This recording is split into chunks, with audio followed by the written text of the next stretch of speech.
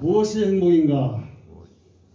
이러한 말씀으로 은혜를 나누겠습니다. 빅터 프랭클은 유대인으로서 그 악명 높은 아우슈비츠 수용소에 포로로 잡혀갔다가 죽기 직전에 전쟁이 끝나가지고 그 절망적인 상황 속에서 짜릿하게 그의 인생이 이어져서 살아남은 사람. 이 사람의 증언에 이러한 얘기가 나오고 있습니다. 어느 날 그는 수용소에서 이상한 일을 목도하게 됩니다. 사람들이 한 줄기 산다는 희망이 없어가지고 매일매일 죽어나가던 사람들의 숫자가 크리스마스가 다가오면서 점점 죽어가던 사람들의 숫자가 줄어들었다는 얘기예요. 하지만 이 크리스마스가 지나가자 전쟁이 끝나지 않자 사망자의 숫자는 급격히 늘어났고 얼마 뒤에는 평균치를 해보겠다는 것입니다. 왜 그러한 현상이 벌어졌을까? 빅터 프랭클의 자서전에서 다음과 같이 기록하고 있습니다. 죽을 사람들을 며칠이나마 더 살게 만든 것은 그들의 어처구니 없는 그러한 기대감이었다. 사람들은 크리스마스 전에는 이 전쟁이 끝나 수용소에서 풀려날 것이라고 막연한 기대를 했던 것이다. 누가 약속한 것도 아닌데 그런 막연한 기대를 한 것이다. 물론 크리스마스가 지나도 전쟁이 끝났지 않았고 그들은 풀려나지 못했다. 그러자 기대가 무너져서 사람들이 목숨을 갖다 다하고 말았다. 그런 얘기를 했어요. 어제와 별다른 게 없는 오늘이라도 어떤 의미를 오늘 이 시간 부여하느냐에 따라서 그 삶의 결과는 달라질 수가 있다는 얘기가 있습니다. 우리도 언젠가는 죽음이라는 문턱을 다 사선을 넘어설 수밖에 없는 것입니다. 우리는 오늘 어떠한 삶을 살아가고 있습니까? 그저 막연한 확신이 없는 기대를 하면서 살아가고 있지 않습니까? 아니면 이 땅에서 태어나 비록 이름을 남길 만한 커다란 업적을 남긴 일은 없다 할지라도 이 땅에서 존귀하신 예수님을 만나가지고 이제 살맛나는 인생을 그 은혜 가운데 한평생 살아왔다고 할 정도로 아쉬움이 없는 그런 은혜의 장정에 붙어진 삶을 살아가고 있습니까? 만약에 그렇다면 그것보다 더 값진 일은 세상에 없다고 여러분들에게 하나하여 말씀드릴 수가 있습니다. 성탄절이 다가오면 행복해진 사람들이 있어요. 장사꾼들입니다. 그런데 요즘 코로나로 인해서 대형마트든 소형마트든 사람들이 많은 손님들을 기다리고 많은 물건을 쌓아놨지만은 박앤세일, 폭탄세일, 반짝 세일에도 이 전염병 때문에 지금 꼼짝을 못하는 그런 상황 속에 있습니다. 그러나 저 미국에 다녀온 분들이 그런 얘기를 하더라고. 미국이라는 나라는 크리스마스 날이 되면 상점들이 다 오전에는 거의 다 문을 닫는다는 얘기. 다시 말해서 크리스마스 날은 돈을 벌지 않겠다는 것입니다. 그 이유는 무엇입니까? 그들의 모습을 보면 그들은 정확히 알고 있는 것이 하나 있어요.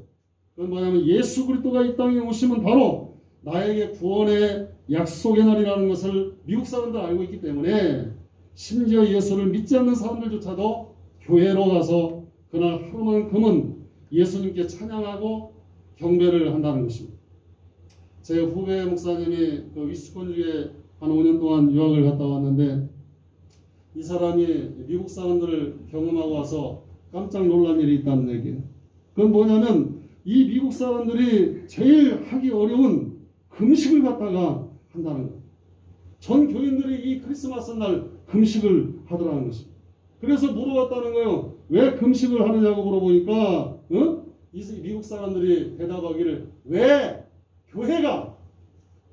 예수 믿는 사람이 세상의 방법을 따라서 우리가 살아야 됩니까? 라고 반문을 미국 사람이 하더라는 얘기예요. 그리고 우리나라에서 성탄절 하면 생각하는 화려한 그 밤의 조명을 생각하지만은 그러나 미국에서는 다양한 종교 단체들이 그리고 거리마다 가족 단위로 나가서 불우이웃 돕기를 알리는 다양한 행사를 그 대신 한다는 일. 특히 어린아이들이 본인들이 직접 그린 성탄 카드를 판매해가지고 그것으로 불우이웃을 돕는 일을 하는 것을 보면서 자기 한국에서 생각했던 미국 사람들의 그 관념을 상상치도 못한 일들을 보고 왔다고 그런 얘기를 하는 거예요. 오늘 우리 영주감리교회 성도들은 이 성탄절이 어떠한 날입니까? 도대체 진정 우리의 마음속에 정말 내 재미를 위해서 있는 그런 날인가? 아니면 구원하신 예수 그리스도를 내 마음속에 영접하고 더 귀하고 더 구별된 날로 오늘을 보내고 있는, 오늘 예배하는 모든 심령들의 마음속에는 주님을 사랑하는 마음으로 가득 차 있는 줄로 믿으시기 바랍니다. 예수님은 우리의 죄를 위하여 이미 죽음을 예고받고 이 땅에 오신 날이 바로 크리스마스예요. 그런 이 날은 단순히 행복한 날이 아니라 내 기분을 즐겁게 하는 그런 날이 아니라 우리는 주님이 이 앞으로 겪어야 될 아픔과 고난과 그리고 십자가의 죽음이 그 앞에 놓여있다고, 그 인생의 운명 앞에 놓여있다고 생각을 한다면 최소한 우리는 세상 사람들과 달라야 되지 않겠는가, 그런 생각. 여러분, 오늘 큰 기쁨의 좋은 소식은 바로 구원의 날이라는 사실을 우리가 알고 이 날을 맞이해야 돼요. 우리 옆에 있는 성도들과 서로 위로하는 말을 주고받겠습니다. 따라서 합시다. 예수님은 당신을 구원하기 위하여 오셨습니다. 그런데 안타까운 것은 크리스찬들조차도 성탄의 참된 의미를 바로 보지 못하고 그저 남이 가니까 나도 가야지 하는 그 기분에 휩쓸려 가지고 그렇게 맞이하는 경우를 흔히 볼 수가 있습니다.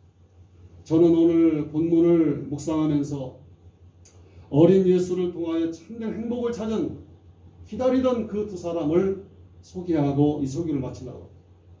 우리는 예수님의 이 땅에 오심을 어떻게 준비하고 있어야 되는가를 이분들을 통해서 우리가 좀 한 수 배워야 됩니다. 오늘 이야기는 다음과 같이 전개되고 있습니다. 유대인들은 자신들의 율법인 결례의식에 따라서 유대인의 모든 남자는 태어나면서 8일 만에 반드시 예루살렘 성전으로 들어가서 할례를 받아야 되는 것이 법적으로 규정되어 있었어요. 그래서 어린 예수님 역시 태어난 지 8일 만에 부모님과 함께 성전에 들어가서 할례를 받게 됐습니다. 이 할례를 받고 성전을 떠나고자 할 때 성전에서 두 사람을 만나게 되는데, 한 사람은 시므온이라고 하는 남자 선지자와 또 다른 한 사람은 안나라고 하는 그런 여선지자였습니다. 전승에 따르면 이 시므온은 예루살렘의 유대인의 공회의인 산헤드린 회의의 의장이었다고 기록하고 있습니다. 그는 예루살렘 성전에 있는 이스라엘 정치 지도자였습니다. 예수님의 출생 당시 이미 산헤드린에 몸을 닫고 있는 그 사람들의 의식은 아주 사회적인 평판이 좋지 못한 그러한 상황이었습니다. 그건 뭐냐면 사람들 그 당시에는 젊은이들이 예를 들어서 직장에 들어가든지 출세를 하기 위해서는 그 사람들의 추천서가 분명히 필요한데 이 추천서를 주면서 써주면서 돈이 검은 돈이 오고 왔기 때문이었습니다. 오늘 본문 25절 보니까 그러한 관행을 통해서 이 사람들은 평판이 좋지 않았는데 오늘 본문에 나오는 이 사람에 대해서 25절에 소개하기를 예루살렘의 성령이 그 위에 계시더라 그렇게 말하고 있습니다. 이 사람은 그 당시에 부정부패로 일삼았던 산헤드린 공회 회원들과 다른 부류의 삶을, 그리고 예수 그리스도를 믿고 또한 그의 심령 가운데 하나님을 믿는 자로서 신앙 양심을 가지고 살았던 그런 사람이었습니다. 하나님의 법을 따라 그의 성령의 인도하심을 따라 신앙과 믿음을 지켰던 사람이라고 구별되이 말하고 있습니다. 다음은 안나라고 하는 여선지자의 이야기입니다. 성경은 그녀에 대하여 자세히 언급한 바는 없어요. 단지 36절에 보면 아셀 지파의 비누엘의 딸이라는 그 말만 언급되어 있습니다. 아셀은 이스라엘의 12지파 중에 하나이며 특히 모세가 마지막 자신의 죽음을 앞두고 신명기 33장에 보면 12지파의 장로들을 다 불러놓고 축복하는 이야기가 등장합니다. 그때 모세는 아셀 지파를 위해서 다음과 같이 축복 기도를 했습니다. 아셀은 앞으로 다자한 복을 받으며 그 형제에게 기쁨이 되고 그 발이 기름에 잠길지로다. 그런 축복을 했습니다. 이 기름에 잠긴다고 하는 바로 그 말은 뭐냐? 하나님의 기름 부으심이 있다는, 이 기름 부음이라는 것이 아무에게나 기름을 붓는 것이 아니에요. 왕과 제사장에게만 기름을 부을 수가 있습니다. 이것이 가문의 축복이 되어 내려갈 것이라니, 개인적으로 하나님으로부터 선택이라는 특권을 부여받는 것을 의미하는 그 의미를 담고 있습니다. 바로 안나는 이러한 가문에서 태어났습니다. 그러니 그녀가 성전에서 얼마나 중한 직책을 받았는지 우리가 미루어 짐작해 볼 수가 있는 것입니다. 성령 충만한 그런 삶을 살게 되었다는 얘기입니다. 비록 이 둘은 각기 다른 신분으로 예루살렘 성전에 있었지만은 이 둘에게는 똑같은 공통점을 볼 수가 있습니다. 이 둘은 모두 90세에서 좋기 100세가 훨씬 넘는 그 나이였다는 것입니다. 그리고 마지막까지 누군가 그 한 사람만 90년, 100년 동안 기다렸다는 얘기입니다. 그분이 바로 누구냐면 따라합시다. 예수님을 90년, 100년 동안 기다렸다는 얘기입니다. 26절에 보면 시므온의 나이가 이제는 죽음을 준비할 나이가 되었다는 것을 성경에 나왔어요. 근데 죽어야 되는데 그 나이가 뭐냐면 저가 죽지 아니하니라. 나이가 그렇게 많이 먹었는데도 죽지 아니하니라. 그러면 그가 임박한 죽음의 나이가 될 때까지 기다려온 그 사람은 누구냐면 이스라엘 백성들을 기다리는 메시아를 기다리고 있었다는 거예요. 오늘 그런 어린 메시아이신 예수님을 성전에서 90년 만에 100년 만에 만났어요. 아멘 합시다. 그게 은혜예요. 27절 28절에 성령의 가로되, 그리고 다음 같이 보면 29절에 30절에 주제여, 시므온이 말하는 거, 늙어 100발이 된 90살 100살 된 할아버지가 말하는 거, 주제여, 응? 내 눈이 주의 구원을 보았사오니, 예수님 앞에서 고백하는 거예요. 다시 말하면 이제는 이 인생 여기서 끝내도 죽어도 여한이 없다는, 내가 일평생 소원이 하나 있다면 구약에서 예언한 메시아를 만나는 것이 내 일평생의 소원이었는데 이제야 그 메시아신 예수님을 내 눈으로 보게 됐다. 그리고 편히 눈을 감을 수 있게 되었다는 얘기예요. 여러분의 그 깊은 신앙이 여러분의 마음속에 있기를 주의 이름으로 축원드립니다. 뿐만 아니라 그는 어린 예수를 만남으로 구원의 확신까지 얻게 되었습니다. 이것보다 더 큰 인생의 행복감을 느낀 적이 90년, 100년을 살면서 없었다는 얘기예요. 이미 위에서 언급한 대로 그는 사내들인의 수장이었습니다. 만약 그가 자기가 가진 권세와 지식과 명예로 물질을 탐하는 그러한 인생이었다면 인생의 노년에도 불구하고 자신이 원하는 세상 모든 것을 얻고자 했을 것입니다. 만약 그렇게 살았다면 얼마나 추잡한 인생이 되었겠습니까? 가끔 TV에 보면 정치인들 노년의 나이에도 불구하고 물질의 노예가 돼가지고 감옥형을 가는 사람들 얼마나 많습니까? 그만큼 추한 인생이 없을까요? 사람이 놓을 때를 모르는 사람의 얼굴, 그 모습은 곧 지옥의 모습이니라. 심리학자 칼융이 그런 말을 했습니다. 사람이 놓을 때는 놓을 줄 알아야 되는데 추잡하게 그걸 붙들고 끌려가는 그런 삶을 살아가는 것이 추잡하다는 거예요. 그러나 시므온은 자신의 말년에 그가 원하는 대상은 세상적인 것이 아니야. 오직 예수님을 붙들기를 원했다. 결국에 그의 품속에 어린 예수를 끌어안았습니다. 아멘. 그 다음 시므온과 공통점을 가진 안나가 성경에 나오고 있습니다. 36절에 보면 안나라는 소녀는 출가한 지 7년 만에 과부가 되었다고 그렇게 기록하고 있습니다. 이스라엘 여인의 성인식은 바르미츠바라고 말을 하는데 태어난 지 13번째 생일에 이 아이는 이제 성인이 되는 거예요. 이 성인식이 끝나면 그때부터는 본물적으로 결혼할 수 있게 되는 거예요. 이렇게 볼 때 안나는 아마 20대 초반에 결혼해서 과부가 되었고, 과부가 된 지 37절에 보니까 84년 동안 혼자 살았다고 그렇게 말하고 있어요. 안나의 나이가 이걸 합해보면 적어도 104살 정도는 된 거예요. 104살. 그녀가 100세가 넘도록 그녀의 생애를 딱 성경에 두 절로 요약하고 있어요. 37절 말씀을 보면 안나는 이 100살이면 104세 정도 된 그 인생 동안에 이 사람이 행한 일이 있어요. 따라합시다. 이 사람이 성전을 떠나지 아니하고 주야로 금식하며 기도함으로 섬기더니, 그녀는 평생에 성전을 떠난 적이 없어요. 교회를 떠난 적이 없어요. 그리고 100년 동안 기도하는 사람이었어요. 놀랍지 않습니까? 그리고 100세가 되도록 80년을 기도했어요. 그리고 드디어 오늘 그녀의 그렇게 꿈속에서도 보고 싶었던 어린 예수님을 만나게 됩니다. 그러자 그는 자신의 감정을 다음과 같이 고백합니다. 38절 말씀. 예루살렘의 구속됨을 바라는 모든 사람에게 이야기에 대하여 말하더라. 응? 그녀가 예수를 만나고 얼마나 기뻤던지 예루살렘 성 문 밖으로 뛰쳐나갔어요. 그리고 100세가 넘은 할머니가 외치는 거예요. 여러분들을 구약에서 예언된 메시아를 나는 보았습니다. 그리고 그는 이스라엘을 구원할 자입니다. 그녀 역시 죽음에 임박한 나이에 예수 만난 거야. 얼마나 행복한 순간이었겠습니까? 여러분, 저는 이 두 사람을 통해서 다음과 같은 이 설교의 결론을 내릴 수가 있습니다. 첫째, 그들의 삶의 중심이 어디 있었는가? 두말할 필요 없어요. 성전 안에 있었으면 여러분 믿으시면 아멘합시다. 그리고 성전 안에서 예수를 만난 거예요. 하나님의 집인 이스라엘의 성막은 오늘날 주님의 몸낸 교회를 말하는 거예요. 두 번째로 그들은 하나님의 부르심을 받은 그날까지 그 인생에 얼마 남지 않은 그 죽음에 임박한 시점에서 예수를 만나는 축복을 얻었다는 거예요.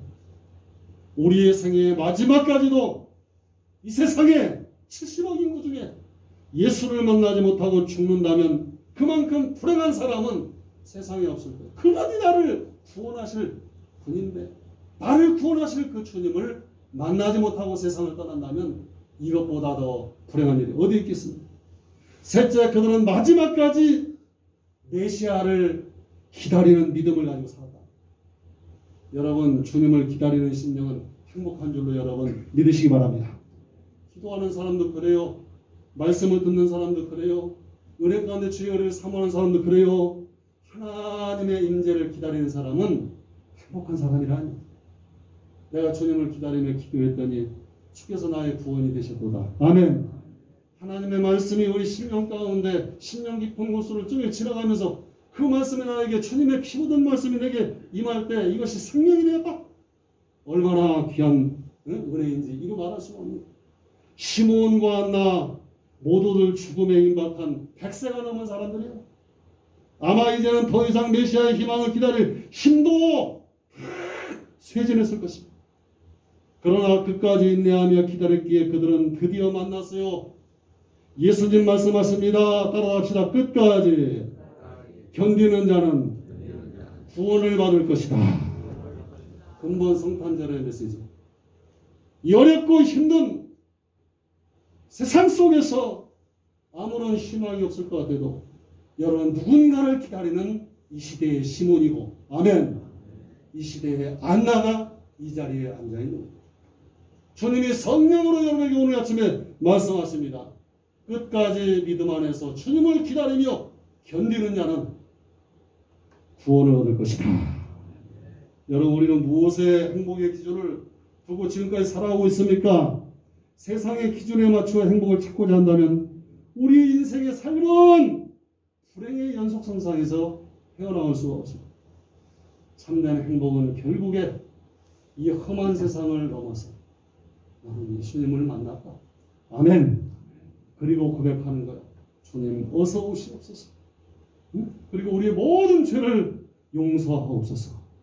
그러한 고백이 이 성탄절에 여러분의 마음속에 주님을 기다리는 삶의 태도 속에서 강력한 주의 임재에 이끌려서 믿음의 확신으로 임하게 되기를 주의 이름으로 축원을 드립니다.